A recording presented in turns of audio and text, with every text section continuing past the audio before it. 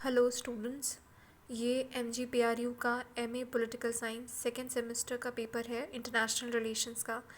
इसमें हम देख सकते हैं कि सेक्शन 1 में या सेक्शन A में हमें 4 क्वेश्चंस करने होते हैं जो सभी 7 मार्क्स के होते हैं और ये हमें लगभग 300 शब्द के अंदर अंदर हमें इन सारे सवालों का जवाब देना होता है।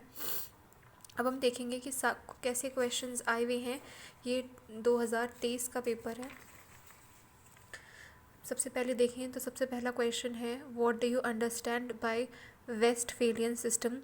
वेस्टफेलियन व्यवस्था से आप क्या समझते हैं। दूसरा क्वेश्चन है, reasons for the decline of balance of power in contemporary times. Third question है, explain Kautilya's Saptanga theory. Fourth question है, world public opinion. Fifth question है, how did the world cold war come to an and.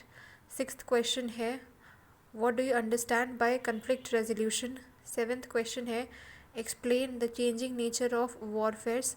Eighth question है, theory of political realism. Section B में अगर हम देखें, जो long answer type questions हैं, ये इनमें से हमें इन सभी क्वेश्चंस में से हमें 3 क्वेश्चंस करने होते हैं, जो हर एक क्वेश्चन 14 नंबर का होता है, जो हमें लगभग 600 से 800 शब्दों में करना होता है। सबसे पहला क्वेश्चन हम लॉन्ग देखें तो वो है, national define national interest and discuss various instruments for the promotion of national interest. Next question is, what is Marxism and what is the difference between Marxism and Neo-Marxism? Next question is, write a detailed essay on feminism. Next question is, what is meant by non-state factors या actors. Evaluate the function and the role of international non-governmental organization as non-state factors.